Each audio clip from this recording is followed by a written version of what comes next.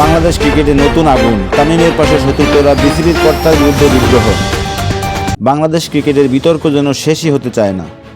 এবার জাতীয় দলের প্রাক্তন অধিনায়ক তামিম ইকবালকে নিয়ে বিসিবির কর্তার আপত্তিকর মন্তব্য ঘিরে তোলপাড় ক্রিকেট পাড়া। কিন্তু এবার গল্পটা একটু ভিন্ন, কারণ তামিমের অপমানে চুপ থাকেনি তার সতীর্থরা। তাসকিন তাইজুলদের সরাসরি প্রতিবাদে এখন ঠাসা বোর্ড কর্তা। ঘটনার সূত্রপাত তামিম ইকবালের একটি পরামর্শ থেকে। বোর্ডে থাকতাম তাহলে আমার ডিসিশন মেকিংটা হয়তো আমার ভবিষ্যৎ সব কিছু চিন্তা করে, বাংলাদেশের অবস্থান ওয়ার্ল্ড ক্রিকেটে কি, বাংলাদেশের ভবিষ্যৎটা কি হইতে পারে, সব কিছু চিন্তা করে আমি আমার সিদ্ধান্ত আমি নিতাম।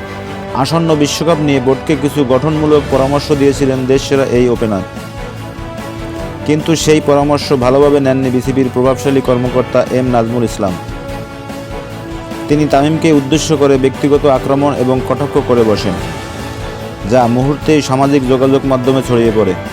সাধারণত বিসিবির কর্তাদের বিরুদ্ধে কথা বলতে ক্রিকেটারদের খুব একটা দেখা যায় না, কিন্তু এবার চিত্রটা পাল্টে গেছে। তামিমের পাশে দাঁড়িয়েছে জাতীয় দলের বর্তমান তারকারা। স্পিনার তাইজুল ইসলাম এবং পেসার তাসকিন আহমেদ সরাসরি সামাজিক মাধ্যমে প্রতিবাদ জানিয়েছেন। তাদের দাবি, একজন সিনিয়র ক্রিকেটার এবং কিংবদন্তির প্রতি এই ধরনের আচরণ কোনোভাবেই কাম্য নয়।